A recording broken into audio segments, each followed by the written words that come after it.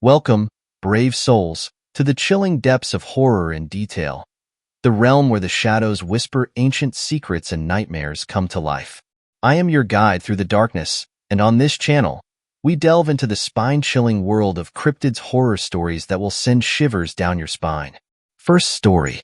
My uncle killed someone when he was younger. As you can guess, this isn't my story. It was told to me through sips of whiskey and packed cigars. I can't vouch for the exact details, but I'll try to tell the story as it was told to me. My uncle grew up in the 60s and 70s in a house full of kids, and with a friend group consisting of stoners and underage drinkers.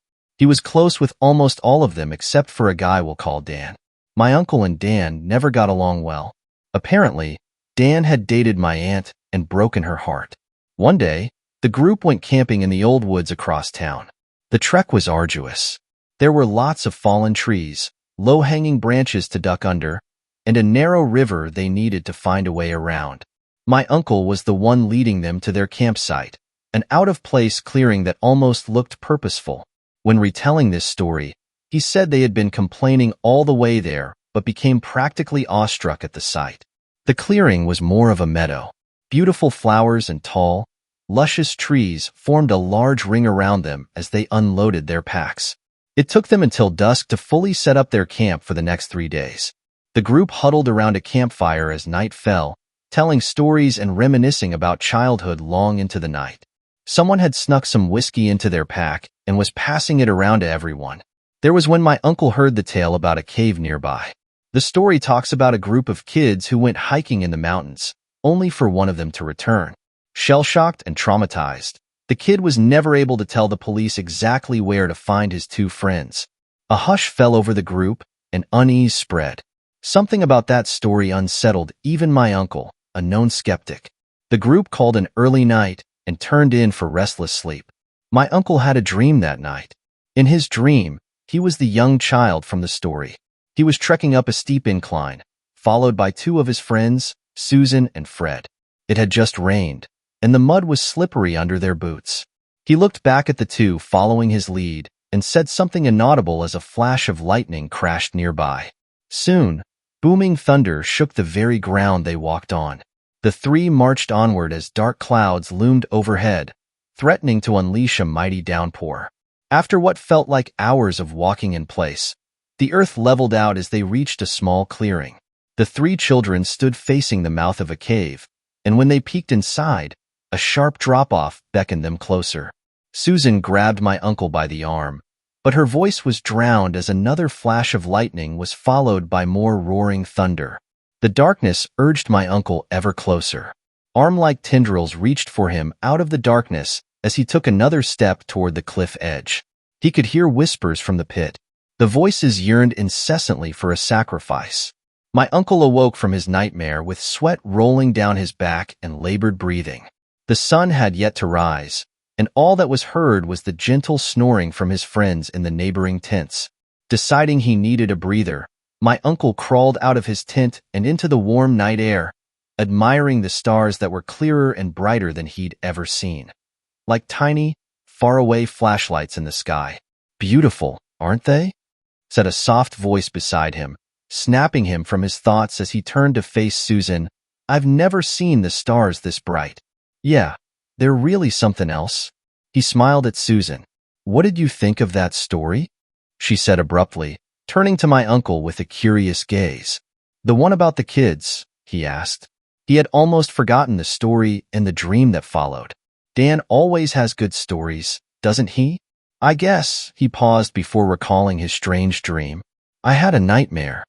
A look of wonder dawned on Susan's face. "You too?" Her attention was no longer on the stars. My uncle looked at her questioningly. "Are you messing with me?"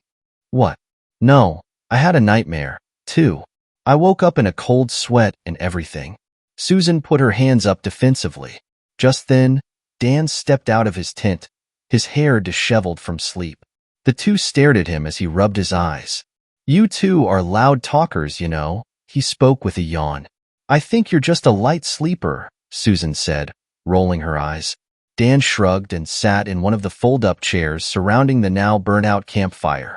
He looked up at the stars. "Man, would you look at that?" he smiled. I was just saying the same thing, my uncle said, sitting beside Dan. Susan stayed standing but looked up at the stars, too. The three stayed like that for a few minutes, enjoying the cold breeze that the night brought. Susan placed an arm on Dan's shoulder and yawned. That story gave us nightmares, she smiled down at him. Dan seemed proud of himself and looked over at my uncle. You too, Thomas? My uncle only nodded, breaking his gaze from the stars to look at his feet. Yeah, it was strange, he said. We were walking up the trail to that cave, Susan, me and Fred. I had that same dream. Susan cut in. I was leading Thomas and Fred to some dark cave, and every time I tried to speak, thunder would drown out my voice, she explained her dream to them. My uncle's blood ran cold as he heard Susan explain the exact dream he had. It was the same, except he had led the two. My uncle looked back at the tents, at Fred's tent that he shared with his girlfriend, Amy. He could still hear Fred's gentle snoring. The boy was fast asleep, oblivious to everything. Hey, what if we went to that cave? Dan interjected. Susan and my uncle stared at him as if he were crazy. Dan only laughed as he urged the two to consider it at least. I know where it is. We could go there in the morning. With a mischievous smile, he said, or we could go right now. My uncle swallowed and bounced his leg, not wanting to chicken out. He wanted to impress Susan. He'd had feelings for her all summer. Her auburn hair and light freckles that danced across her caramel skin. Her brown eyes with hints of gold always looked at him with humor whenever she would prompt adventure. It was her idea to go camping. Let's go right now, before the others wake up, Susan agreed, and the two looked at my uncle expectantly. All right, fine. Let's be quick, though. He gave in and stood up. Susan passed Dan a lantern, and the three headed away from camp. The lantern and the moon gave them just enough light to see where they placed their feet as they hiked up what was slowly becoming a mountain to where Dan said the cave was. It was dark, but by the time they had reached a small clearing on the steep hill, the sun had begun to rise behind them. Is it here? Asked Susan, not nearly out of breath as the other two. Should be, answered Dan, raising the lantern as he spun around, surveying their surroundings. My uncle groaned in exhaustion. Are you sure it's even real? I'm positive, Dan called back to him. The three looked around the small clearing before Dan called my uncle and Susan over to him. I found it, he said triumphantly. As the two walked over to him, all they could see was foliage, but as Dan pushed back the leaves, they laid their eyes on the mouth of a dark cave. The entrance was only a couple of feet tall and extremely narrow, yet as the three peered inside, they could see it opened up into a vast cavern. Should we, I don't know, go inside? Dan asked cautiously. A gust of hot air was continuously coming from the cavern. The other two were silent as they shared glances of unease. My uncle was the first to respond, wanting to impress Susan with his bravery. Let's go inside, he spoke, looking at Susan expectantly. I'm sure it's fine. Sighing, Susan agreed, and soon the three of them ducked into the cave. Upon entering, the three were hit by a wall of foul-smelling, hot air. The inside of the cave was dark and seemed to swallow any light provided by the lantern. The three expected to see bats come flying out as they entered, like in the cartoons. Instead, all they saw was empty darkness. They dared not move as they surveyed the cavern. Only then did they see they were standing on the edge of a steep drop-off. Whoa, Susan remarked, staring at the pit. Wouldn't want to fall down there, Dan joked, trying to make light of the situation. My uncle said nothing. He was practically transfixed by the inky darkness that threatened to spill over onto the edge he stood on. It smells awful here, Dan spoke nasally as he pinched his nose. Yeah, did something die? Susan followed Dan's action.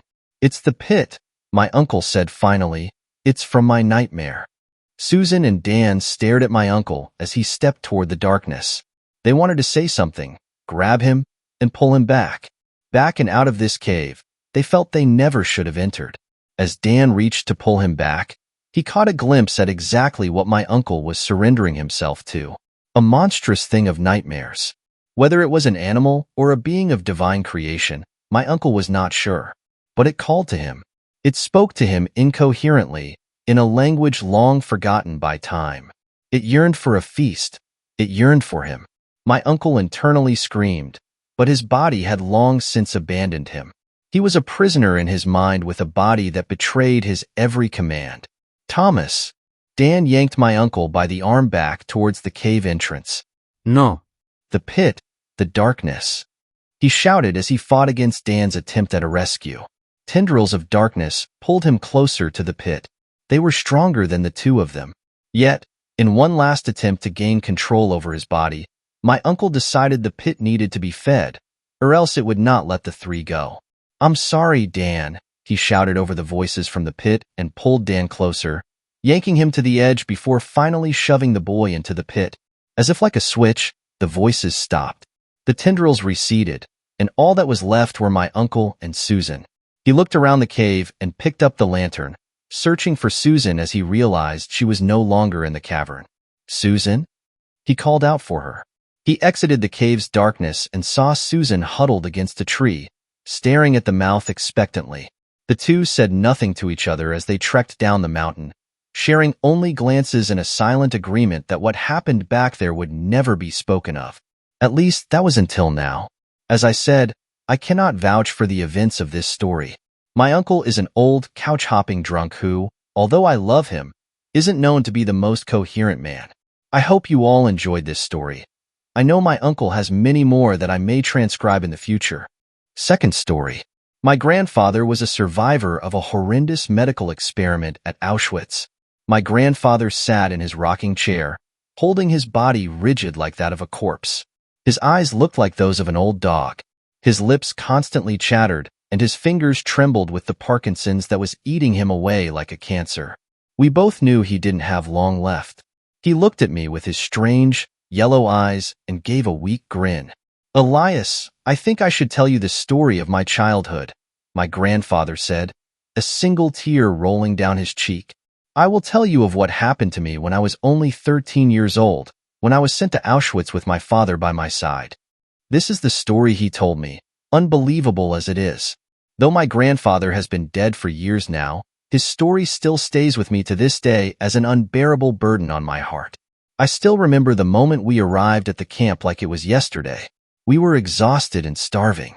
We had been on the cold cattle cars for 5 days and 5 nights, and we were given no food or water that entire time. Many of the sick and old died on the way. We moved their corpses to the corner of the car, and my father said Kaddish over their corpses. It was the first time I saw the light of life extinguished from the eyes of so many in so short a time, but it would be far from the last.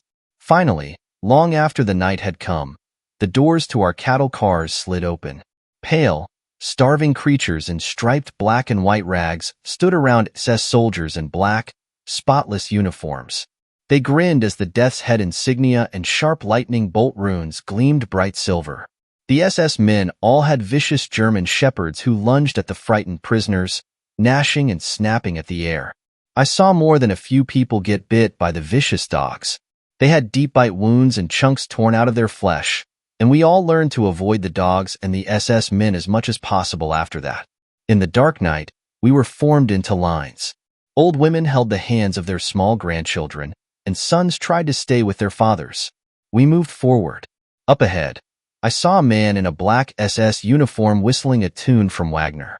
I would later realize that this man was Dr. Mengele. I tried to stay with my father, but the surging crowds pulled us apart. I didn't know it at that moment, but I would never see my father again. If I had known, would I have acted differently? Would I have told him how much I loved him? I'll never know, but his ashes rose up into the air later that night, and I saw it from the freezing barracks in that place of shadows. Someone behind me whispered in my ear, "Boy, how old are you?" 13, I said, turning to look at the strange figure, a starving man in a striped uniform. The man shook his head. "No, you're 16. When you get up there, remember that. You're not 13, you're 16, the man insisted. He was part of the prison commando that helped the SS with translating the many languages that streamed into the camp, and also helped them organize the prisoners for slave labor or death. I would never see that starving man again, but I followed his advice. As I got up to Dr. Mengele, he stopped whistling for just a couple seconds. The black, cloudless sky hung heavy above us, the clouds of smoke rising up from the crematoria with the smell of burning hair and searing flesh. Dr. Minjal gave me a fatherly smile, but in his eyes, there was something as cold as frozen steel, hiding just under the surface. I could see it. I could feel it in the air. I could almost smell it radiating off of his skin. It sent ice water racing through my veins. "Hello, son," he said in a warm voice as he gave a faint smile, though his eyes didn't smile, and as I think back on it, neither did his mouth. "What's your age?" 16, I said confidently, looking him straight in the eye. "Any physical deformities? Any illness?" he asked, the faint half-smile like a statue of Buddha still plastered across his lips. I shook my head. "No, sir," I said. He nodded and pointed to the right. I didn't know if this was a good thing or a bad thing. I saw, to my growing horror, that most of the prisoners were going to the left, including all the elderly, all the children, anyone with disabilities, and anyone who looked too frail or emaciated. In all, about 90% of the line went to the left, and about 10% went to the right. Those who went to the left wouldn't live out the hour. They would be stripped naked, beaten, and bludgeoned to force as many people into the gas chamber as possible. Then the heavy metal door would be sealed. The Zyklon B pellets would be dropped into a vat of sulfuric acid, and the vents would turn on, whirring like hornets, breathing their deadly poison into the concrete tomb. The screams in the chamber often went on for over 20 minutes. The corpses would be intertwined in pyramids, their arms and legs caught together like rats in a rat king.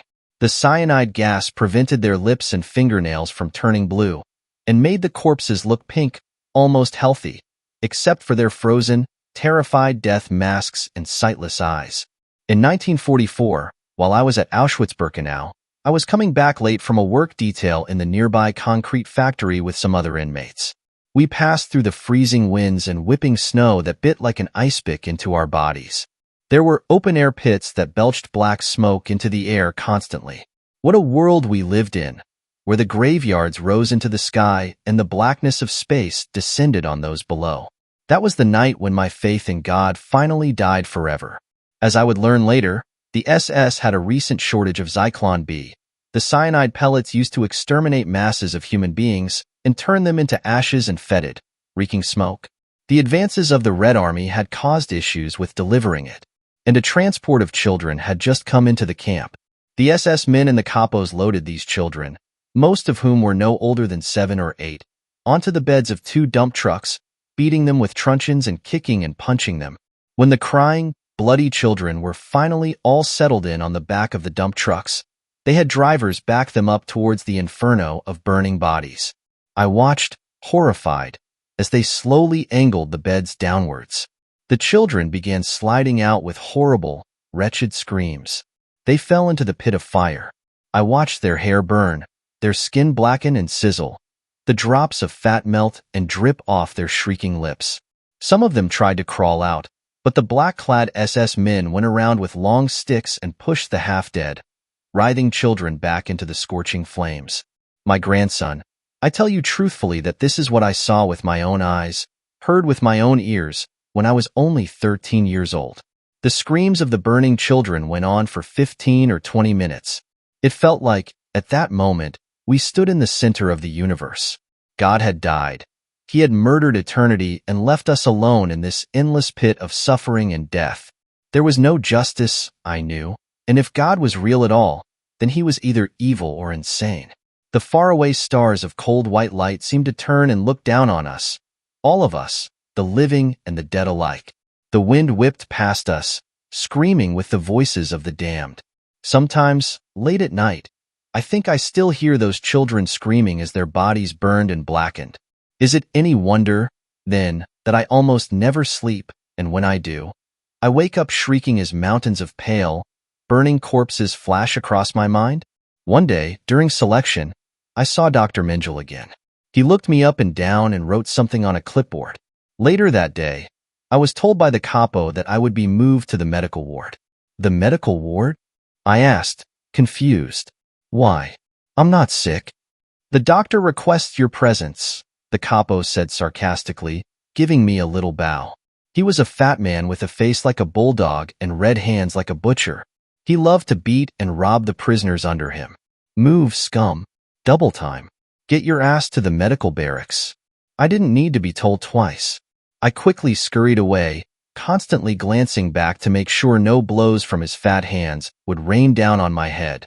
I wound my way through the bare, wooden barracks that acted as our homes, the homes for walking skeletons of men whose bodies were frozen and dying.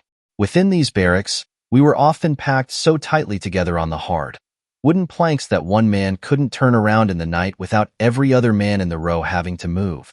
But when the freezing winter cold blew in and we only had thin blankets and our black and white striped rags, the body heat from the others kept us from freezing to death, at least some of the time.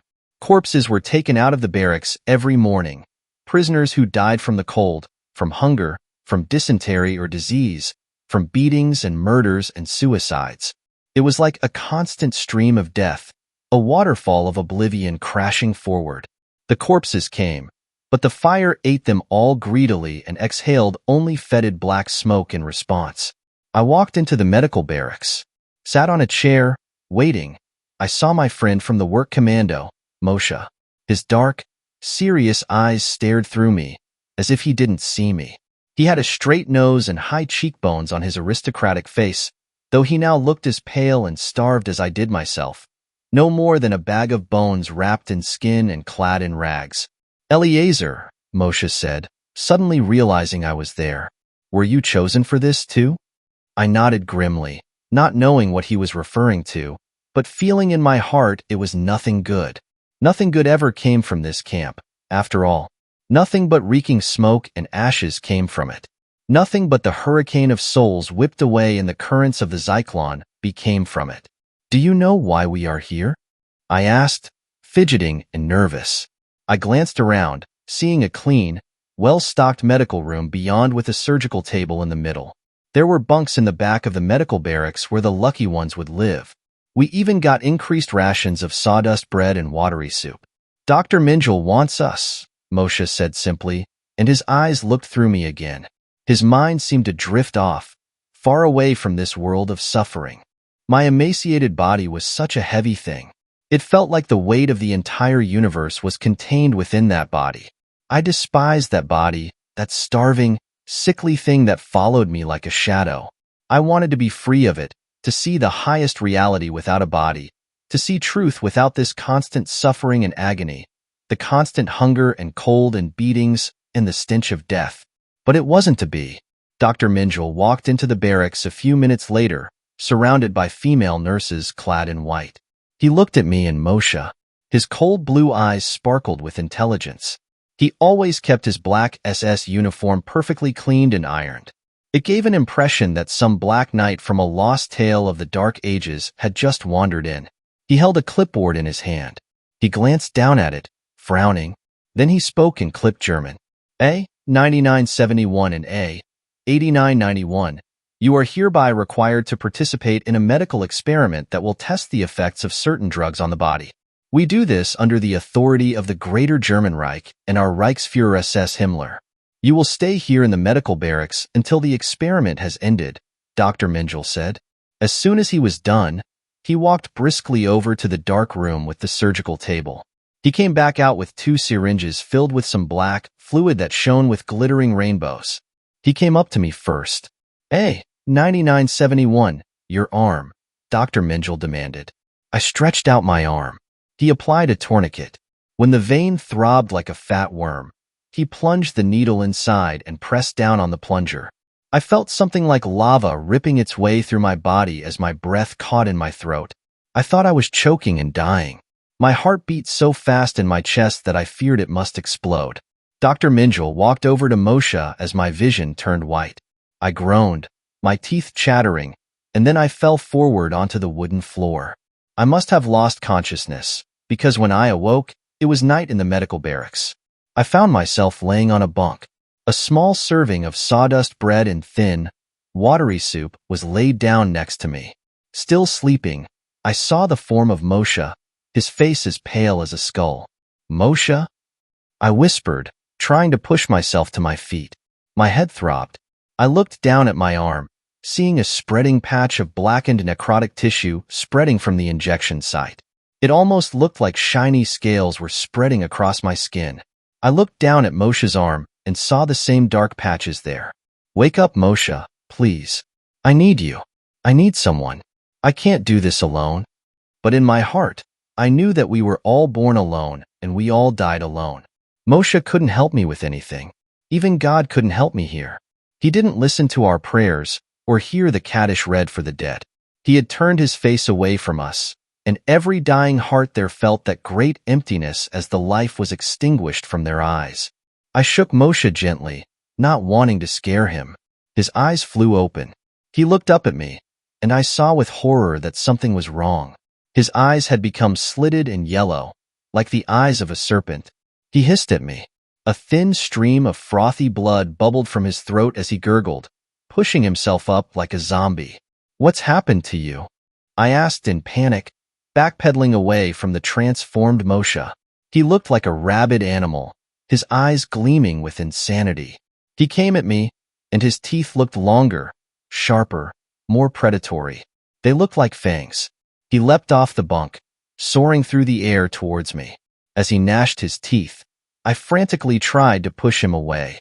His jaw snapped together with a crack like a bullwhip. He lunged forward and his bleached white face came down. I felt the skin on my face tear with a pain like fire spreading through my head. He bit down on my cheek and ripped upwards, leaving a mutilated flap of skin hanging there. I felt something hot and poisonous coursing through my bloodstream, but unlike Moshe, I had not gone insane. I felt my teeth lengthening, though, and my eyes abruptly adjusted to the dark. I could see every mote of dust floating through the air, see every spatter of my blood on the swept wooden floors. A hiss tore its way out of my throat. My arm lunged forward, as if with a mind of its own. Sharp claws ripped their way out of the ends of my fingers as I threw Moshe off of me. He ran out into the night, hissing and wailing, his forked tongue flicking out between his bloody lips. A few moments later, I heard SS men yelling at the nearby perimeter, and then guns started firing. The banshee wail from Moshe grew louder, and the SS men screamed, their voices filled with panic and terror. I staggered out of the medical barracks, seeing Moshe clawing and biting at the black-clad form of an SS man. Two others lay dead next to him, their throats torn out, the mutilated flesh sliced wide open. Moshe leapt off of the dying SS man and loped towards the electrified fence. In horror and astonishment, I watched him swipe at it with his claws. It gave a loud pop of electricity, and I saw a flash of blue light. But the black scales that now covered almost all of Moshe's skin only seemed to glow brighter, gleaming like obsidian. Moshe remained unaffected. He ripped a hole in the fence as it continued sizzling, leapt over the razor wire, and disappeared into the dark forests of Poland beyond. After a long moment staring at the bodies of the SS men, I ran forwards toward freedom as well, following the trail of Moshe. I still had my mind, however. Whatever poison Dr. Minjal had given us hadn't affected me like it had affected Moshe. But still, I noticed I was healing faster. The deep gash on my cheek stopped bleeding within minutes, and a layer of thin, black scales started to cover the wound. Over the next few weeks, I made my way to Switzerland, where I spent the rest of the war. But I heard rumors in the forests of Poland that there was a strange creature attacking isolated farms and houses. A creature with slitted eyes like a serpent's and black scales covering his deformed, twisted body. My grandfather stopped speaking suddenly, looking up at me with glazed eyes. "Do you believe it, Elias?" he asked. "Do you believe what I've told you?" I nodded. He pulled up his sleeves, and there, on his arms, I saw black scales covering his skin all the way to the wrists. Third story. My encounter with the goat man. My friends and I were out camping in Maryland near a river. We set up a whole weekend where we would go tubing, which meant we would get in these giant inflatable tires and float down the river. We got there on Friday, go tubing on Saturday, and leave on Sunday. It was me, my girlfriend, her best friend, and her boyfriend. The four of us were supposed to have a great weekend together that instead turned into a nightmare that will keep me away from the outdoors for good. I'm pretty sure I had an encounter with the goat man. We arrived on Friday with no fuss. We set up our tents at the designated campground and made dinner. There were no other campers around us since school had started up again, so we had the area to ourselves. We drank all night, the other three drinking more than me because I'm not a fan of the hard stuff, just a few beers. It was late at night, probably around midnight when I had to pee, so I left the campsite and walked down the path a little bit into the woods. When I found a good spot, I unzipped my pants and began to relieve myself when I looked ahead and faintly in the moonlight, I could see a figure moving in between the trees. The moon was about half full, so there wasn't much light to make out the features. The leaves and sticks crunched underneath it. Just as I was finishing up, this thing started to make this weird noise. Sounded like a muffled goat sound, but not quite right. Like a person was imitating a goat. It kept walking around like it was looking for something, but whatever it was scared the hell out of me. So I ran back to the campsite and acted like it didn't happen. My friends were so drunk, I don't know how they would have reacted. The next morning, I woke up before everyone else, so I made breakfast. At around noon, we drove up the river about 3 miles using the camp's van service that would drop us off, and we would tube down the river back to our campsite. I had pretty much forgotten about the weird encounter from the previous night until I had a weird feeling of being watched while floating down the river. It was all woods on both sides of the river, so I couldn't really confirm my feeling, but it ruined my whole experience while going down the river. It creeped the hell out of me. My friends started to feel it too when I told them. The other boyfriend claims he saw someone on the riverbank, but no one else saw it. Once we got back to camp, I told them what I saw Friday night, and it really creeped them out. That's when the boyfriend said the thing he saw kind of looked like a weirdly shaped man from a distance. We were all scared and decided that we'd leave first thing in the morning for checkout when the park rangers returned. After a while, we began drinking again and pretty much forgot about our fears and for a moment had fun again. It wasn't until later that night that my fear returned. We were all pretty drunk at this point, and we were doing that thing when you're drunk you kind of have those heart-to-hearts with each other and talk about life. That kind of conversation, you know? We started to hear those noises again. It started off in the distance at first, then got closer and closer to our campsite. We heard noises all around us, just twigs breaking, scratching on trees, and more of those goat noises mixed with a man growling. None of us had a weapon, so we were pretty scared and huddled close to each other. The scariest part was that the bugs stopped making noises. Eventually, we all drank some more and fell asleep around the campfire. I woke up in the middle of the night probably because I sensed something was wrong. I don't know how to explain it, but it was like sleep paralysis or something where I couldn't move and couldn't speak. I opened my eyes and saw this terrifying thing in between all of us. It had the body of a skinny man with a distorted face and long, unnatural arms. I saw that it was pacing back and forth between us, would stop and look at my girlfriend and arch its back and act like it was chuckling. It kept twitching its body and sniffing the air around everyone. The goat man finally came over to me and looked me in the eyes. It had these dark, pitted eyes and its mouth was wet with drool. It got close to me and opened its mouth, making that noise into my face. The noise must have woken the boyfriend, and he started to scream, which scared the creature, and he ran off on all fours back into the woods. I was finally able to move, and I crawled over to my girlfriend and held her the rest of the night. First thing in the morning, we packed our stuff and checked out at the main lodge. We will never go back to those woods in Maryland again. There is something living out there, guys, and I'm telling you this story because I don't want anything to happen to you. Fourth story. We caught a mermaid. When they pulled up the net, men shouting, salt stinging water splashing in our eyes, and the sharp zipping of the rope from the pulley, we saw her. Dewy gray skin, flesh folding through the gaps in the net, long matted hair tangled in the fish piled up around her. We caught a mermaid. To put this in perspective, I was roped into this. My name is Anthony. I am a broke college student grasping at straws for extra work when my part-time job can't be bothered to call me in. I met a guy at a party who knew a guy, and suddenly I was out doing what I thought was commercial fishing. I did think it was odd how easy I was accepted into the crew, but I just assumed that family businesses and the like were trustworthy. They needed extra hands, and I've heard it's hard work I'm willing to do. Flash forward a couple days of running around doing whatever people screamed at me to do. I found out the movies about the ocean weren't exaggerating about the unpredictable weather. I doubt I'll ever be dry again in my life. When we pulled up that net I thought would be just another full of fish gaping with empty eyes, I saw her and froze, expecting everyone else to do the same. But instead of shock, the men cheered and came forward with more rope, thicker and rougher than that I had seen anywhere on deck. The mermaid screeched a terrible piercing noise I felt in my chest. The chaos became a blur, and as I was pushed to the side, I slowly began to realize that I wasn't hired on to help catch fish. When the night settled, I was told to stay up and watch the creature. I was given a handgun that fit oddly in my hands and told to aim for the head if anything happened. And goddamn it, boy, if you even think about putting a hole through a single scale on that fin, I'll kill you myself. The captain, I think his name was Vance, uttered lowly, face close to mine. With each word I could smell the tobacco he had been chewing for too long in his mouth.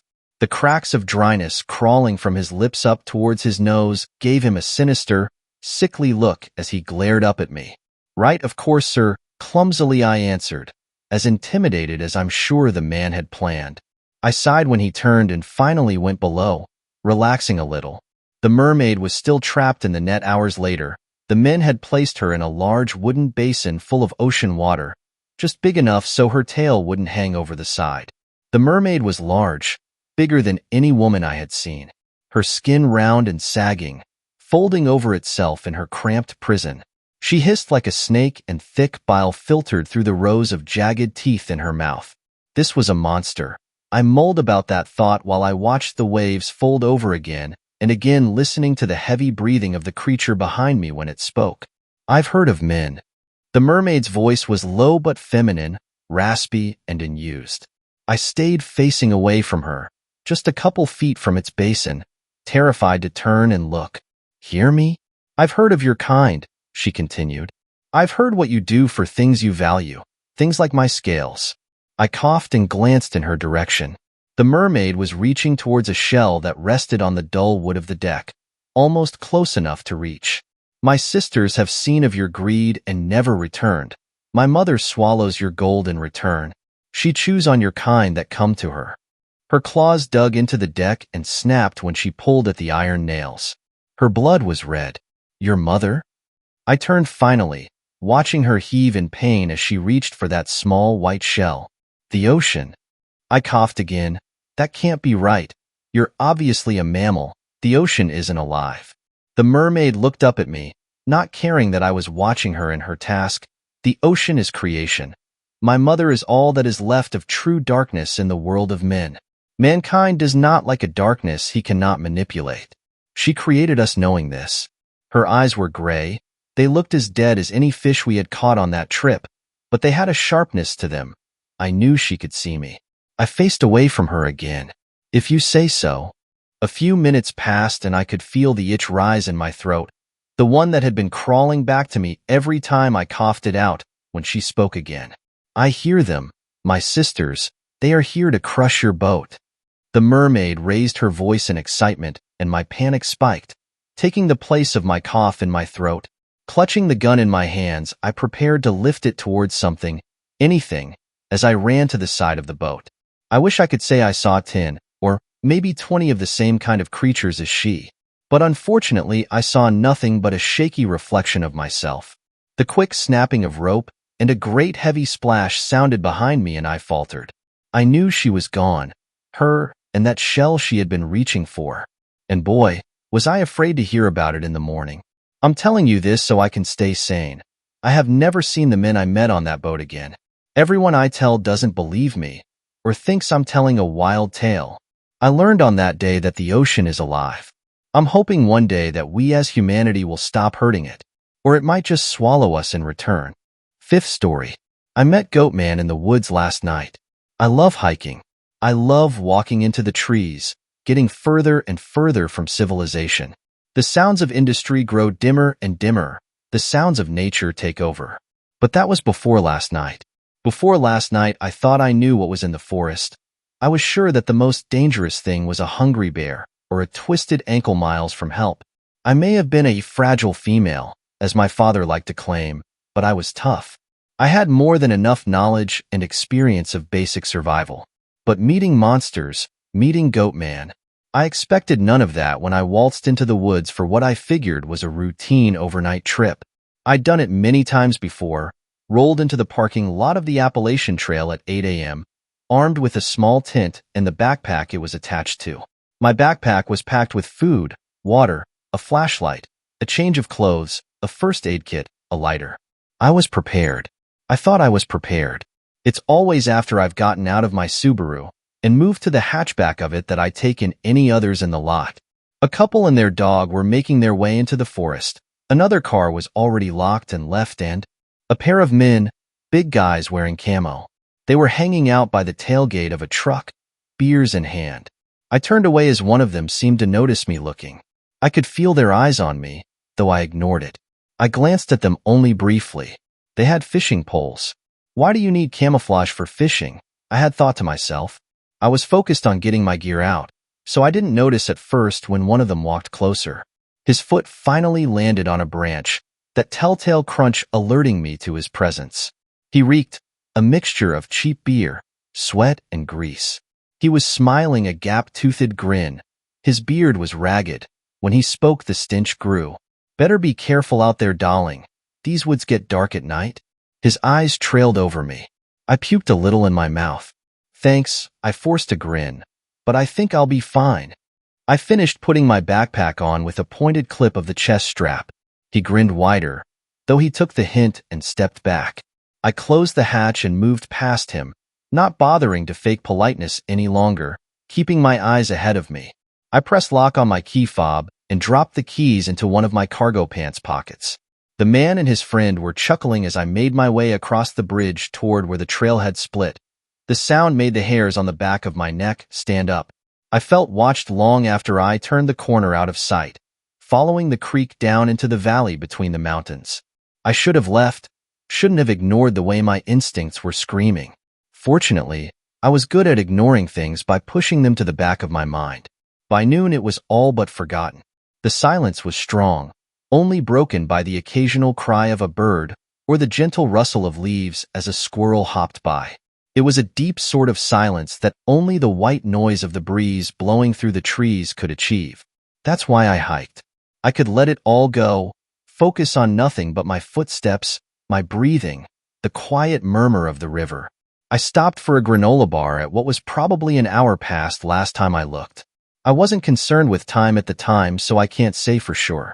I sat on a rock a little off the path. It overlooked a small pond, where the water pooled before spilling down along the river. It was then, amidst the bubbling of the brook and the crinkling of my wrapper, that I first heard it. It made me pause. I think I stopped mid-chew. It didn't fit in at all with the forest sounds I was accustomed to. It was wrong. It took a couple seconds before it registered as words, sounding as if they were being said through auto-tune or Google Translate, like there was a filter of hesitation or misunderstanding. Wrong. Way. This. Let's. That. Garbled. Inconsistent. Like catching every other word of a sentence without the proper pause or context needed for the missing words. Look. Trail. Way. I was frozen, completely and utterly. I stopped breathing. The footsteps came next, with no pace or rhythm to them. I was reminded of my 11th birthday, when we went horseback riding. It wasn't a clip-clop, but it was close. Close enough that my mind conjured up images of the Jersey Devil stamping its way through the woods, though the Pine Barrens are about 100 miles south. A breeze blew by, and with it came the stench. Rotting meat, like when I'd found that dead cat under our back porch, maggots writhing as they gorged on the dead flesh. I gagged and had to clamp a hand over my mouth to stop from retching. My eyes watered, mostly from the smell, but maybe a tiny bit because fear had taken hold of me. My heart beat like a drum in my chest as those footsteps got closer and closer. I pressed myself to the tree blocking me from sight of the path. It felt like an eternity before it was passing behind me. I could hear its wheezing breath, deep and labored, as it lumbered down the trail. And then it was gone around a bend, crooning something about, look, leaves, trail. I sat on that rock, not daring to move, for minutes after. I was at war inside my mind, trying desperately to convince myself that I'd imagined it, or that it wasn't what it seemed.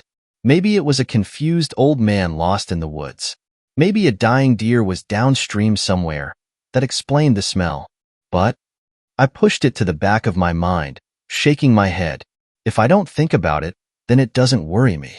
I pushed myself to my feet, swaying slightly.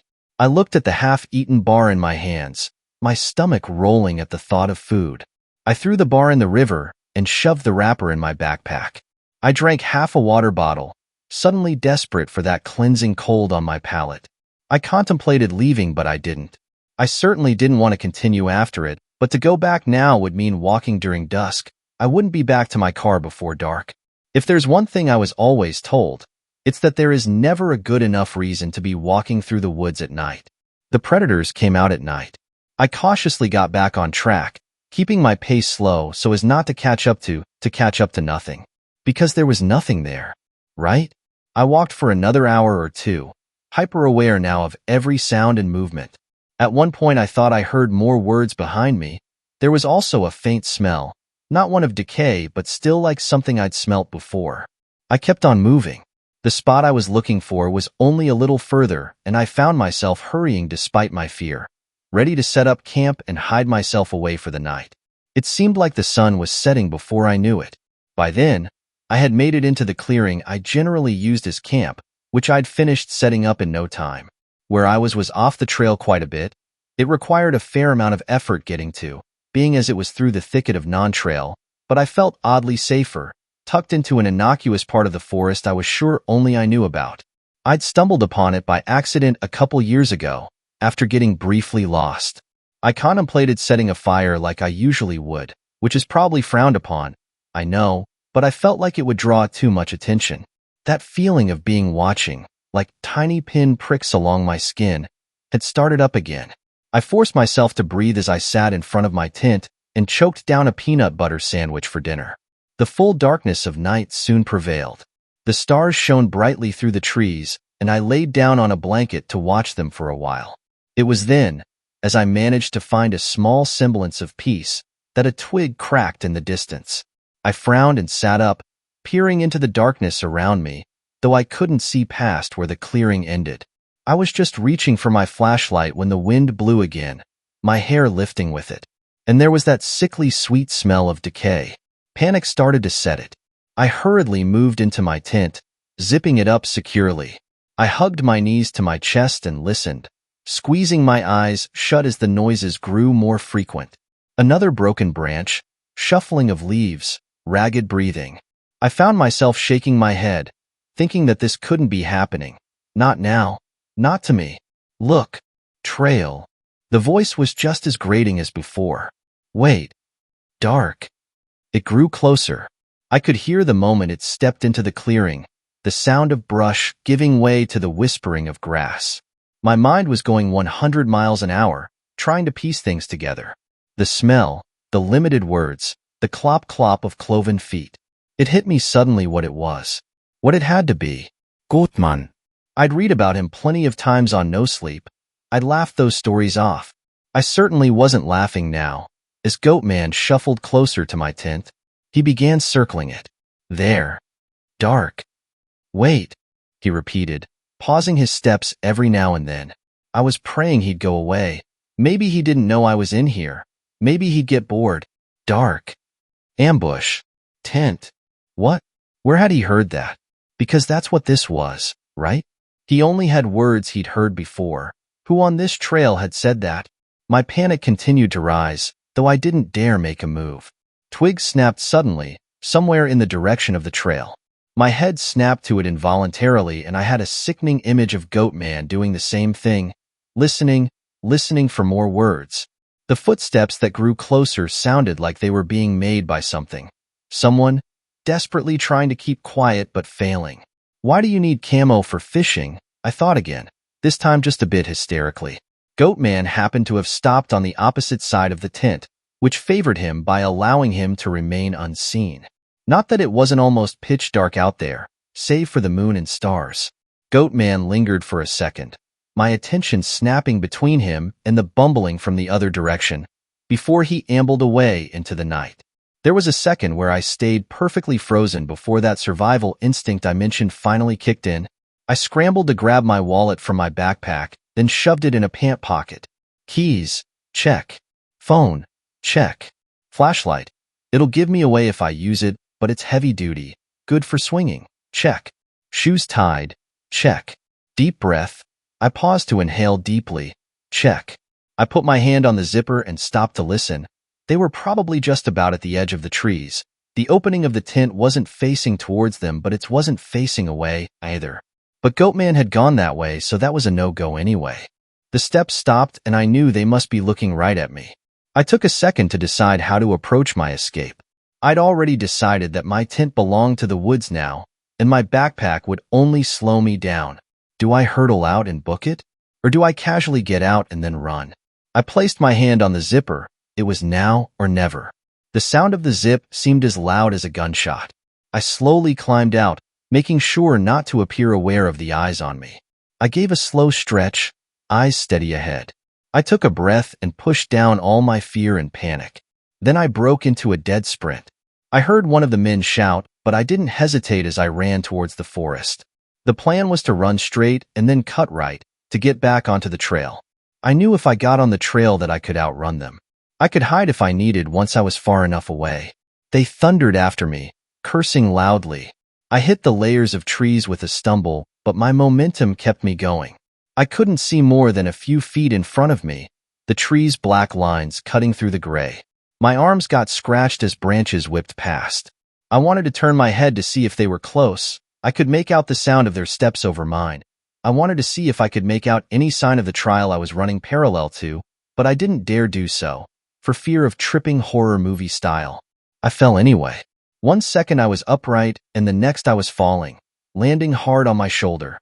My flashlight was lost to the dark forest floor. Dirt covered my hands as I scrambled to get to my feet again. I was too late. A hand closed around the back of my shirt, yanking me harshly back. A scream almost tore itself from my throat, but then a hand was over my mouth, another one winding around my waist. I thrashed and tried to kick out, digging my hands into his arm around me. He held steady, laughing between pants. Shoulda known you were a runner. His hand slid lower over my hip despite my efforts. Tears filled my eyes and spilled down my cheeks like traitors. His buddy showed up behind us, slowing his gait to a light jog. He was breathing far heavier than the one holding me. Bitch is fast, ain't she? You know I love when they fight, though. The hand over my mouth loosened for a second as his other one moved to the button of my pants. Blind panic shot through me, and I bit down as hard as I could. Warm copper filling my mouth.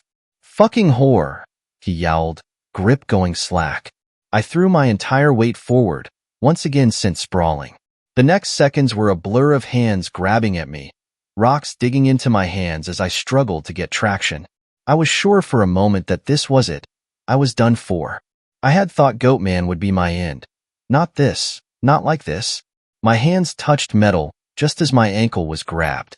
I didn't hesitate, used the grip on me as leverage to twist around and swing. There was a crack as the flashlight connected with bone. The hand released me. The man it was attached to was yelling. I swung blindly once more, striking something soft this time.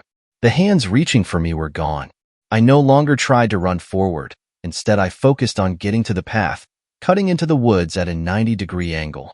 I was on all fours for a couple feet before I was finally vertical. My heart was pounding harder than ever. Tears and snot were running down my face. The taste of blood stained my tongue. I was more or less staggering through the brush, breathing heavily. Hide. My brain was yelling, hide, hide. You're making too much noise. So I hid. I made out a patch of ferns in the dark, dropped to my knees and crawled into it. I pressed my back to a tree, facing the trail. They wouldn't see me. I tried to calm my breathing but couldn't stop the way it hitched on sobs. I could hear them once again trudging toward me, slowly this time. They were whispering harshly back and forth. You think she made it back on Dash? SHHHH. You talkin' ain't gon' help us. SHHHH. Goatman gurgled from next to me. I had to clap a hand over my mouth to stop from screaming. I slammed my eyes shut, trying to stop from sobbing. Shoo. He sounded pleased with this new word. He was crouched next to me. I could tell, could feel his rotten breath on my face, could only imagine what he looked like next to me. Cloven feet and sideways pupils, focused on me, watching, listening. Rough fingers were run gently over my hair, trailing over the side of my face. There was a moment where I was nothing but the personification of Frozen. Runner. Fast. SHHHH. Did you hear that? Close. The men were close. What was a worse way to die? By their hands or Goatman's? Sounded like talking. Talking. Goatman mused next to me. Ambush.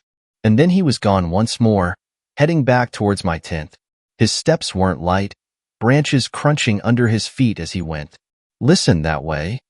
Going back toward her tent? Must be. Come on, she may have a phone. And after Goatman they went. I sat there, dumbfounded that I was still alive. I sat there, breathing, amazed that I still was. Then I got shakily to my feet, making my way to the trail as quietly as possible. The relief that washed over me when the sound of the stream reached me was bittersweet. I had miles to go before I was out of the woods, both figuratively and literally. I started running when my feet reached the beaten-down soil of the path. I didn't stop when the screaming started. I certainly didn't look back when it started to echo. I didn't stop till I hit the trailhead, dawn just beginning to bleed light through the canopy of trees. My feet ached, cramps had me clutching my sides. My muscles were screaming.